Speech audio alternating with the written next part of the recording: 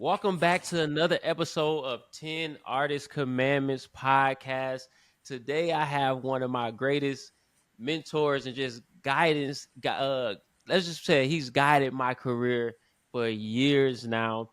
Leron Rogers, the lawyer to the biggest stars in the business, is on the line. Leron, welcome to 10 Artist Commandments podcast. Appreciate it, JR. Man, it's been an absolute pleasure watching your trajectory, my guy. You're doing it right. Thank you, bro. Let me tell you something real quick. So, in church the other day, they were talking about your circle, right?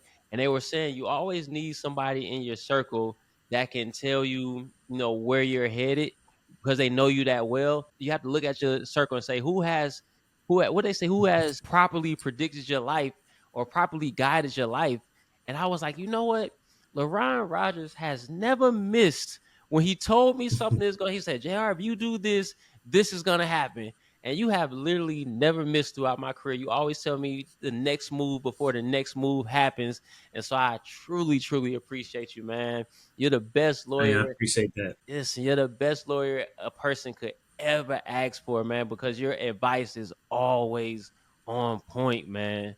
I Always. appreciate that. One of the things I try and do more than just be a lawyer is just, giving business insights and, seeing angles that other people don't see so you can make the right business move, not just the right legal moves. Man, I'm so grateful for you, LaRon. Like when he said that, when the pastor said that in church, your name popped right into my head. I was like, man, LaRon has predicted and outlined every move in my career, man.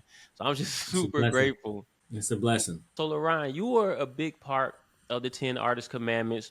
The book is basically to guide creatives to be able to make money off of their career. And a huge part of that is handling their business. And you cannot handle business correctly without your attorney, without your lawyer. And so that's why for commandment number 7, we really needed you. Commandment number 7 is lawyer up. And so if you could, take your time, if you could read that excerpt from 10 R's Commandments, commandment number 7, lawyer up. Sure. Pleasure. The first thing artists should understand is that their art is intellectual property, which means that what you have created belongs to you, so you have to protect it. Protection of your intellectual property in music is called a copyright. Your art, your intellectual property, also known as IP, is extremely valuable and must be protected from other artists, crooked managers, money-hungry publishers, and ruthless business executives. And if you're ever in a fight to own or reclaim the rights to your original art or idea, and attorneys will always be there to have your best defense. These types of negotiations and disputes cannot be done without industry-specific legal expertise. When asked what is the most common mistake that he encounters with young recording artists, Rogers says, when you have young artists so anxious to get on, they throw caution to the wind and will sign whatever. Young artists will sign a contract that is unfair, inappropriate, and for whatever reason, it will end their career. These contracts often ask for too many rights that the artists don't have to give up before they even had a hit record. When they do this, they've lost all their leverage. Absolutely. So LaRon, I mean, you deal with A-list artists to brand new artists. With that sort of range, do you still, and where we are today, do you still think that new artists should start with an attorney, or has that sort of changed? Well, I think the new artists have to focus on creating great music and getting the audience. And before you have an attorney or anyone else, if you don't have those two things, I can't even do anything for you, right? I don't have anything to sell. I don't have any metrics to help, leverage to monetize. So first thing is generally have a good product and start to build your community. And then I can start to move pieces around to help you so we can monetize it and actually make some real money. And that's perfect because honestly, I've been so fortunate to have you as my attorney. And so I don't really know what it's like to have a bad attorney. But I guess my question is, once they do get that movement, what's the first thing an attorney would do for them? Well, generally, if the artist, well, it's part of a team, right? So the artist, if they don't have the expertise, meaning marketing, have the relationships in the industry, and then once that comes to fruition, then there's generally some contracts from distributors, record labels, brands, and whatnot. So typically, an artist and an attorney is going to handle the legal paperwork. But oftentimes, what I end up doing and working with young artists is helping them navigate the process from just getting on, getting their audience, setting up, getting in business with the right kinds of platforms and distribution companies and marketing companies so they don't get hustled, and just give them the best chance of success. And then if they have, they do catch traction, then it's fun. Then we're going to create some leverage. We're going to have a couple offers out there, and then we can go ahead and bust them in the head and make some real money. So I actually have been out here just talking to a lot of independent artists, and I was kind of shocked that most of them were telling me they haven't made it in the game because they've been in so many bad deals. It was like, oh, I signed with this person and they stole from me, or I signed with this person and they lied about how much money they were going to put into me. I think having the right lawyer, you'll have the person who knows the people who can help versus you just signing to anybody. Like your lawyer can tell you, oh no, let's go with this person because I've seen what they've done with this person. You know what I mean? So people don't recognize how much of a dot connector your lawyer is versus just the legal paperwork. No, 100%. It kind of piggybacks on what I was talking about earlier. It's beyond just negotiating the The contract. contract. It's helping you navigate the business, and, Yeah. and sometimes just helping the client prevent them from getting into business with somebody who I know is not doing good business is Right. half the battle, right? I Right. mean, yeah, Yeah. I just save them from getting into a bad situation. Then I've done a lot of good. Right. You saved me on several occasions. I brought deals to you and you were like, JR, I've heard about this company. I've seen what they've done. This isn't who you want to be in business with. I remember one time you said, JR, these people don't pay on time. This isn't somebody like you've always saved me from being in business with the wrong people, and that's amazing. But going Yeah. back to early artists and early in their career, I always preach to artists like music is just like any other business. You're going to have some sort of investment ready to invest in it. Like if you're starting a restaurant, you're going to have money set aside for the legal side of that restaurant, going to get your permits, etc. So why would you think if you're starting a music business, you're not going to have money set aside to go and get the stuff that you need from your attorney?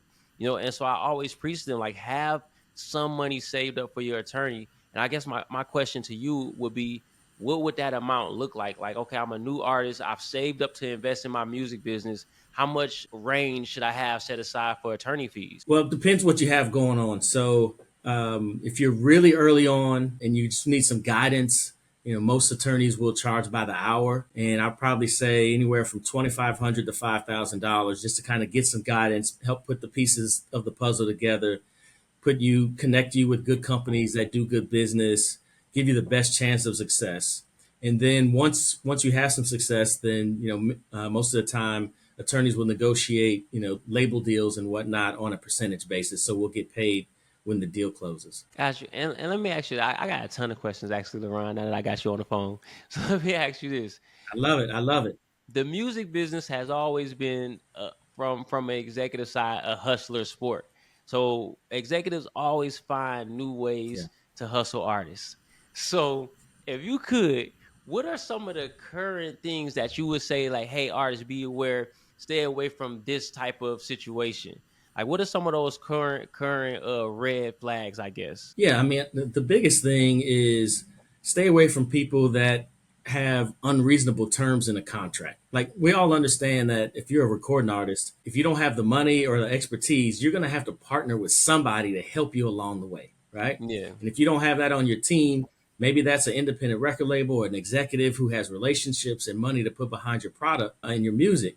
But even that, it has to be fair, right? And so sometimes what I'm seeing is just unfair deal terms, and some of these executives and independent labels just they won't budge. And so what they do is they debo the artist and say, look, if you want me to do this, you got to sign it no matter what. And so that's why some artists get into bad deals. I would say too those quick turnarounds. Anytime they're telling you, "Hey, I need to sign by tomorrow," or "I need this," like those quick turnarounds are usually not the best situations. Definitely Yeah, that's staying away that from that. pressure. That's that pressure. Yeah. So give us like at least just one example. What's an unreasonable term? I mean, let's say somebody wants to sign you for 7 albums. They want to give you virtually no money. They want to take 30, 40, 50% of your ancillary, your publishing, your merchandising, your touring. Sometimes I get clients that have popped already, and they were in a bad deal, and I have to try and go back and renegotiate it, and just get it to a reasonable place.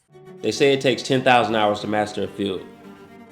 Well, what do you call spending 157,000 hours on one task?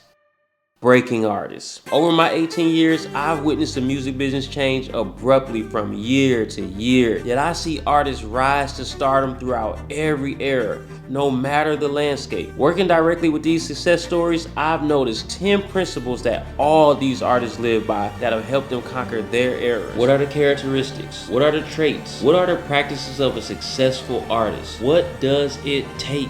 10 artist commandments. No matter the era, no matter the landscape, no matter the platform. If you want to have a successful career as an artist, read this book.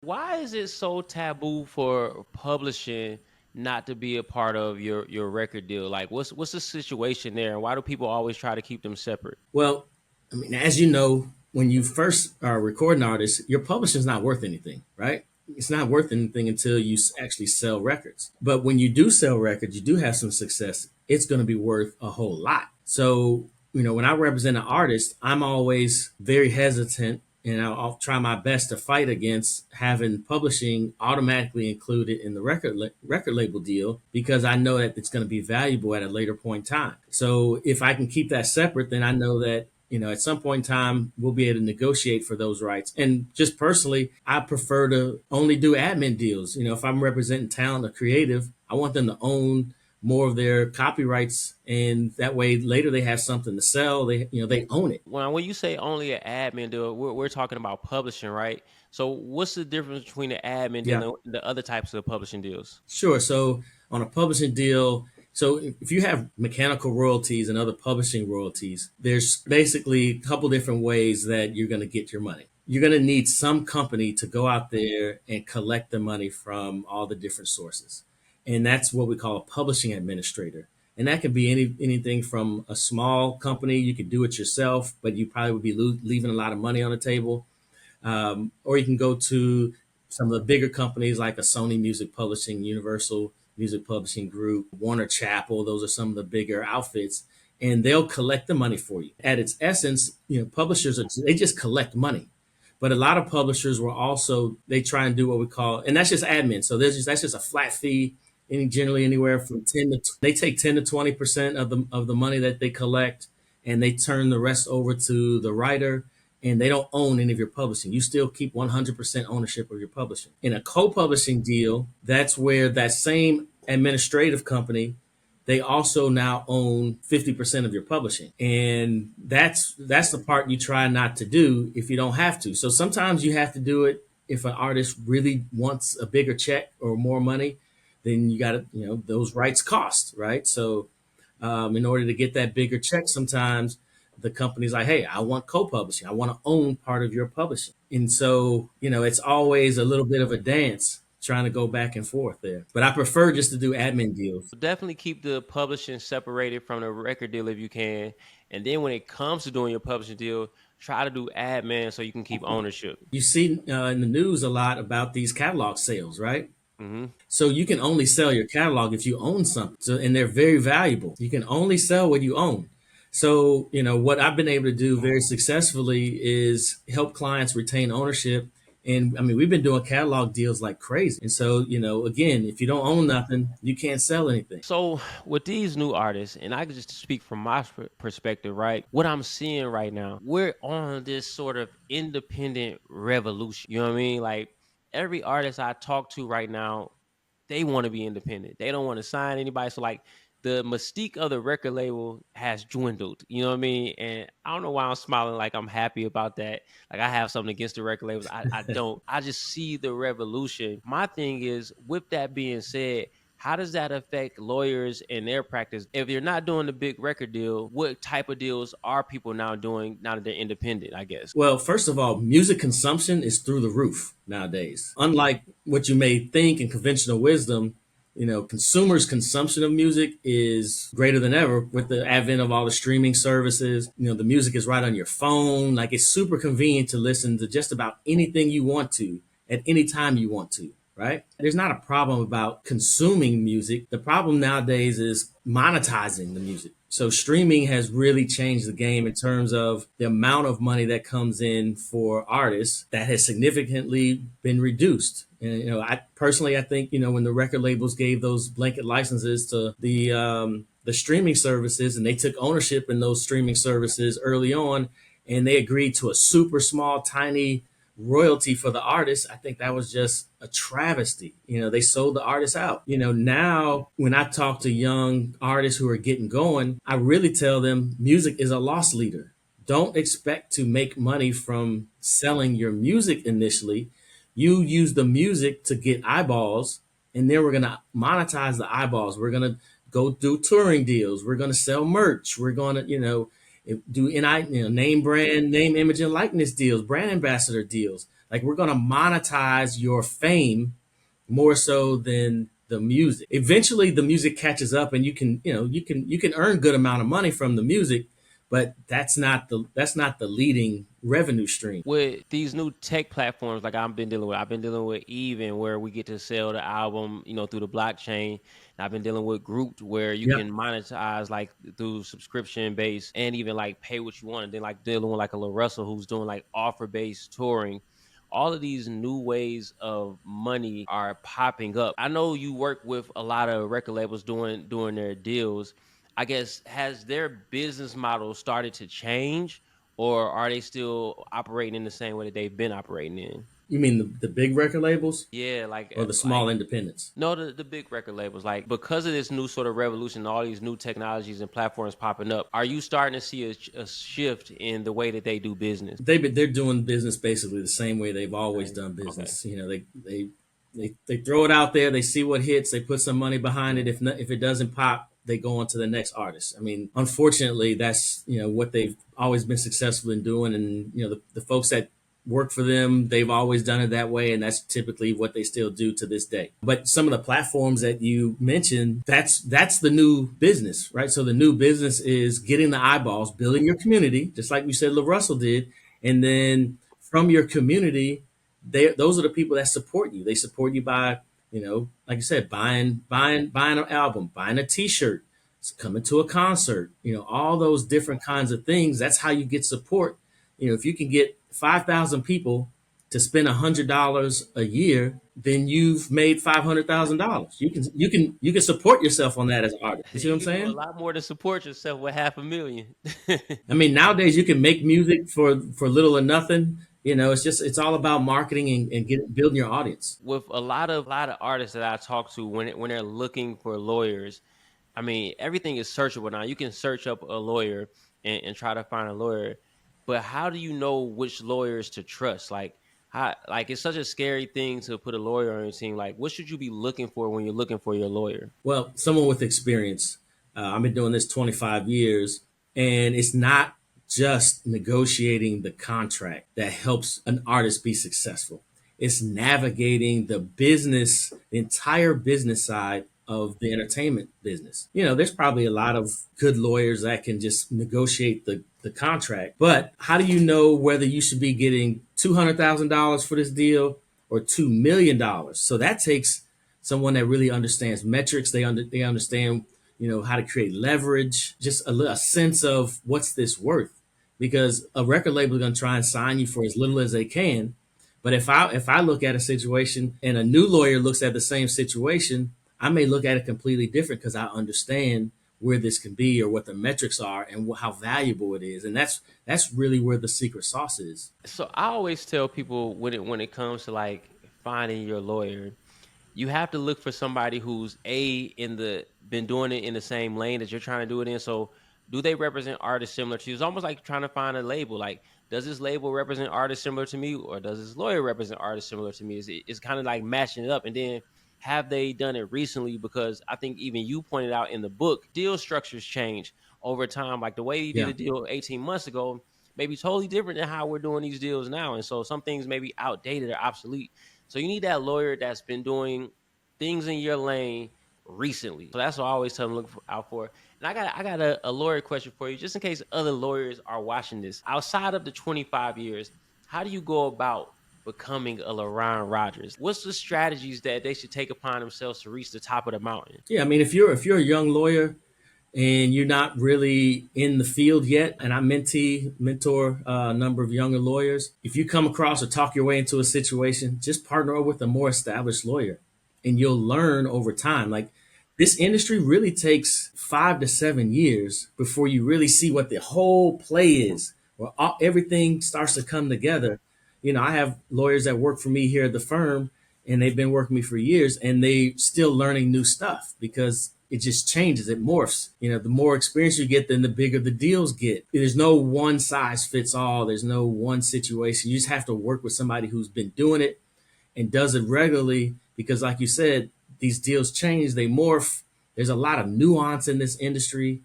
And if you don't understand what the nuances are, what the leverage points are, you're just doing your client a disservice. I got a question because you're also a litigation lawyer, meaning you go to court and you argue in court, right? I mean, I don't do very much litigation anymore, but I did cut my teeth as a litigator.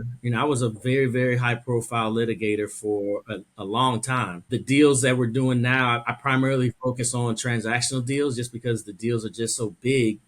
And, litigation takes a year, year and a half. I still oversee litigation because I see and understand this industry probably better than most. But I have other partners and associates actually handling the litigation files. But now I primarily focus on my transactional business, my private equity clients, venture capital, technology, how it all interrelates into the entertainment business. Big business is basically what you're saying. I handle the big business. Like I a handle boss. your deals. I handle your Yeah. deals.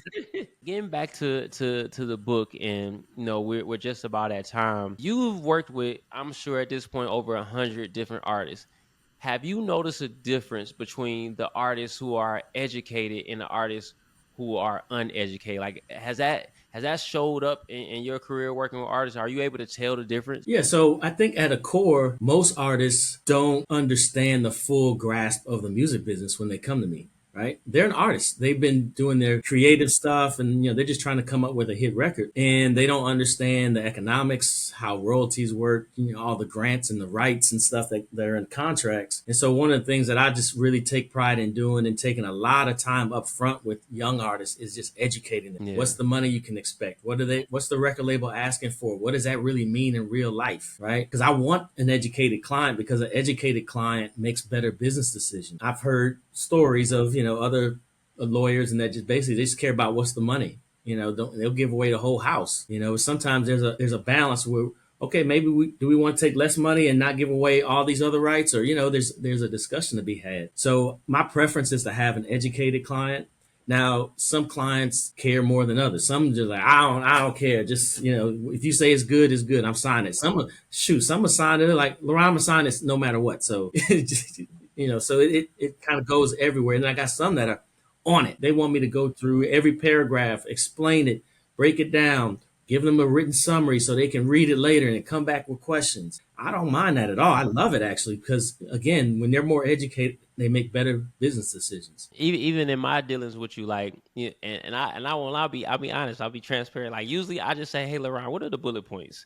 Like, give me the main bullet points, and then I'll go off of those because honestly, reading those contracts, and this is being super honest and transparent. Reading those contracts are, whew, I don't know how y'all do it, but I It's a will lot. say this, and I know you can't. I know you can't speak to this, but I've heard many times that they do that on purpose. They Oh make yeah. those contracts that way so that you can't read them. That only a trained eye can read those contracts. No, no, that's true. And what's crazy is one label in particular switched up their form recently. And they inserted all kind of stuff that's some BS. And so you have to pay attention. You can't just assume that just because I did a deal with you 3 months ago that this contract is the same contract that we did 3 months ago. You have to pay attention. It's the smallest things that can make the biggest changes in your financial career. Yeah. Those key words and those key phrases are killers. And one thing I want to emphasize that I want to make sure that we do emphasize on this young artists listening to this, and I'll let you speak on it, LeRon. Your contracts are the most important business decisions you'll make. Like, you have to live and die by those contracts because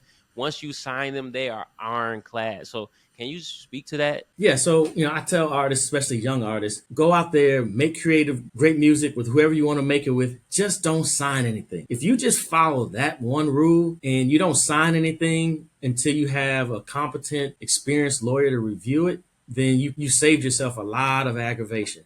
I mean, I've had horror stories where I'm representing a producer, writer, and they get in the studio and they so happen they're working with their boy, and then their boy blows up, and then their boy's manager gives them a one-page document. It's like, oh, sign this real quick. It just says this or this or that, and then they sign it, and now they've given away all their rights. Then they come back and they ask me like, hey, where are my royalties at? I'm like, okay, well, what did you sign anything? Yeah, they gave me this one-page thing and said it was this and that.